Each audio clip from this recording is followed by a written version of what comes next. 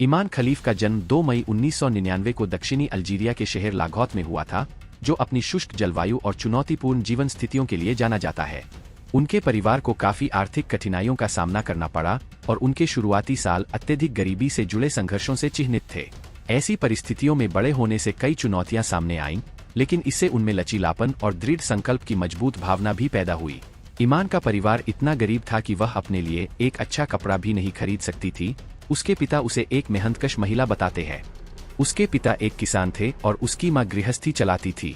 सहारा रेगिस्तान के क्षेत्र में पानी की दुर्लभता के कारण उसके पिता के पास स्थिर आय नहीं हो सकती थी, इसीलिए वह 6 साल की उम्र से अपने परिवार की मदद करने के लिए मुख्य सड़क पर रोटी बेचती थी। उनके पिता, जो गुजारा चलाने के लिए कई तरह की नौकरियां करते थे, और उनकी मां, जो घर का काम संभालती थीं, दोनों ने सीमित संसाधनों के बावजूद अपनी बेटी की शिक्षा और व्यक्तिगत विकास को प्राथमिकता दी। वे कड़ी मेहनत और लगन के मूल्य में विश्वास करते थे, ऐसे मूल्य जो खलीफ ने अपने पूरे जीवन में अपनाए। छोटी उम्र से ही खलीफ ने शारीरिक गतिविधियों में उल्लेखनीय रुचि दिखाई। स्थानीय खेलों और मनोरंजक गतिविधियों में भाग लेने के कारण उनका दौड़ने का जुनून स्पष्ट हो गया। हालांकि उनके परिवार की आर्थिक स्थिति के कारण संगठित खेल कार्यक्रमों और संसाधनों तक उनकी पहुंच सीमित थी। इन बाधाओं के बावजूद खलीफ की जन्मजात प्रतिभा और दृढ़ संकल्प स्पष्ट थे। वह सबसे पहले फुटबॉल से जुड़ी और उनमें काफी संभावनाएं थीं, लेकिन आखिरकार उन्हें बॉक्सिंग से प्यार हो गया। उनके एथलेटिक हितों को पोषित करने में उनके परिवार का समर्थन महत्वपूर्ण था। उन्होंने यह सुनिश्चित करने के लिए त्याग किया कि वह स्थानीय खेल आयोजनों और प्रशिक्षण सत्रों में भाग ले सकें, खासकर उनकी मौसी जो शहर में रहती थीं, जिन्होंने उनके पिता के अनुसार उनकी बहुत मदद की। एथलेटिक्स में खलीफ के शुरुआती अनुभव उनके समर्पण और सीमित संसाधनों के बावजूद अपने जुनून को आगे बढ़ाने में आने वाली चुनौतियों से चिह्नित थे। एक एथलीट के रूप में खलीफ का विकास उसके परिवार के समर्थन और स्थानीय सलाहकारों की सहायता के संयोजन से हुआ। औपचारिक सुविधाओं और संसाधनों की कमी के बावजूद स्थानीय कोच और समुदाय के सदस्यों ने उसकी क्षमता को पहचाना और मार्गदर्शन और प्रोत्साहन प्रदान किया। ये शुरुआती प्रभाव उसके कौशल को निखारने और एथलेटिक्स के प्रति उसके जुनून को बढ़ावा देने में महत्वपूर्ण थे। अपने परिवार पर वित्तीय तनाव को देखते हुए अपनी शिक्षा को अपने एथलेटिक लक्ष्यों के साथ संतुलित करना एक बड़ी चुनौती थी। हालांकि खलीफ अपने शैक्षणिक और एथलेटिक लक्ष्यों दोनों पर ध्यान केंद्रित करने में कामयाब रही। दोनों क्षेत्रों में उत्कृष्टता हासिल करने की उसकी क्षमता ने उसके असाधारण समर्पण और उसके परिवार द्वारा उसमें डाले गए मूल्यों को प्रदर्शित किया। लागौत में पलीबरी खलीफ एक ऐसे समुदाय का हिस्सा थी जहां संसाधन कम थे, लेकिन जहां युवा प्रतिभाओं के लिए स्थानीय समर्थन मजबूत था। सामुदायिक खेल आयोजनों में उसकी भागीदारी ने उसे अपनी क्षमताओं को दिखाने और पहचान हासिल करने के अवसर प्रदान किए। उसे मिले सांस्कृतिक और सामुदायिक समर्थन ने उसकी महत्वाकांक्षा और प्रेरणा को बढ़ावा दिया। बाधाओं के बावजूद खलीफ की कड़ी मेहनत और दृढ़ संकल्प ने स्थानीय और क्षेत्रीय प्रतियोगिताओं में शुरुआती सफलताएं दिलाईं। गरीबी की पृष्ठभूमि के खिलाफ हासिल की गई उनकी उपलब्धियां उनकी प्रतिभा और दृढ़ता का प्रमाण थीं। इन जीतों ने राष्ट्रीय स्काउट्स का ध्यान आकर्षित किया और एथलेटिक्स में उनके भविष्य की नींव रखी। एथलेटिक्स की दुनिया में एक उभरता सितारा ईमान खलीफ हाल ही में एक घोटाले में फंस गया है, जिसने व्यापक ध्यान आकर्षित किया है और महत्वपूर्ण विवाद को जन्म दिया है। स्थिति में डोपिंग से संबंधित गंभीर आरोप शामिल है, जिसने उसकी उपलब्धियों पर छाया डाली है और खेल समुदाय के भीतर बहस को जन्म दिया है। यह घोटाला खलीफ के विभिन्न एथलेटिक्स प्रतियोगिताओं में प्रभावशाली प्रदर्शन के बाद सामने आया, जिसने काफी प्रशंसा और ध्यान आकर्षित किया था। आरोप उनकी हाल की जीत के बाद सामने आए, जिसमें एक प्रमुख अंतर्राष्ट्रीय आयोजन में एक हाई प्रोफाइल जीत भी शामिल है।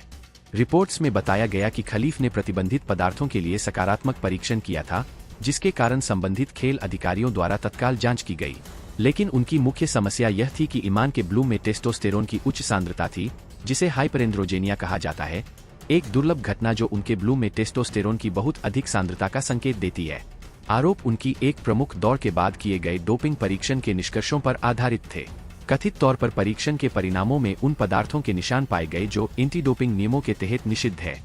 इसके कारण उनके आचरण और प्रथाओं की आधिकारिक जांच हुई, जिसका उद्देश्य यह निर्धारित करना था कि क्या उन्होंने किसी नियम का उल्लंघन किया है या अनैतिक व्यवहार में लिप्त है। आरोपों के जवाब में एथलेटिक्स शासी निकायों द्वारा एक व्यापक जांच शुरू की गई थी। इस प्रक्रिया में खलीफ के परीक्षण परिणामों, उनके प्रशिक्षण कार्यक्रम और उनके आहार अनुपूरकों की गहन समीक्षा शामिल थी।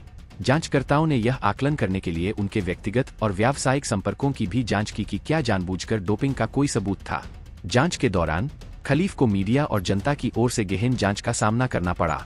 आरोपों के उच्च दाव और उनके करियर और प्रतिष्ठा पर संभावित प्रभाव से स्थिति का दबाव और बढ़ गया। चुनौतियों के बावजूद खलीफ ने अपनी बेगुनाही बरकरार रखी और जांच में पूरी तरह से सहयोग करने की अपनी प्रतिबद्धता व्यक्त की। लेकिन मुख्य घोटाला जिसने उन्हें अंतर्राष्ट्रीय परिदृश्य में आगे बढ़ाया वह पेरिस ओलंपिक 2024 में था, जब उन्होंने अपने इतालवी प्रतिद्वंद्वी को जल्दी से हरा दिया था। सोशल मीडिया पर आग लग गई थी और कुछ प्रसिद्ध लोगों ने उन पर एलन मस्क, जेके रोलिंग और यहाँ तक कि पूर्व राष्ट्रपति डोनाल्ड ट्रंप जैसा आदमी होने का आरोप लगाया था। खलीफ और उनकी कानूनी टीम ने लगातार आरोपों का खंडन किया है और उनकी ईमानदारी का बचाव किया है। उन्होंने सार्वजनिक रूप से कहा है कि उन्होंने कभी भी जानबूझकर किसी प्रतिबंधित पदार्थ का उपयोग नहीं किया है और सकारात्मक परीक्षण परिणामों को परीक्षण प्रक्रिया में संभावित संदूषण या त्रुटियों के लिए जिम्मेदार ठहराया है। खलीफ ने स्वच्छ प्रतिस्पर्धा के प्रति अपने समर्पण और निष्पक्ष खेल के सिद्धांतों को बनाए रखने की अपनी प्रतिबद्धता पर जोर दिया। उनके समर्थकों ने उनके पक्ष में रैली की है, यह तर्क देते हुए कि आरोप निराधार है और उनकी उपलब्धियां कड़ी मेहनत और समर्पण का परिणाम है।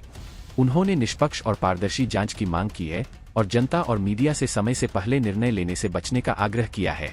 इस घोटाले का खलीफ के करियर पर गहरा प्रभाव पड़ा है। आरोपों और चल रही जांच ने उनकी एथलेटिक उपलब्धियों को फीका कर दिया है और उनके भविष्य में अनिश्चितता ला दी है। मीडिया कवरेज और सार्वजनिक चर्चा ने उन्हें बहुत दबाव में डाल दिया है, जिससे उनका प्रदर्शन और ध्यान प्रभावित हुआ है। इस घोटाले के कारण आगामी प्रतियोगिताओं में भाग लेने और एथलेटिक समुदाय में अपनी स्थिति बनाए रखने की खलीफ की क्षमता खतरे में पड़ गई है।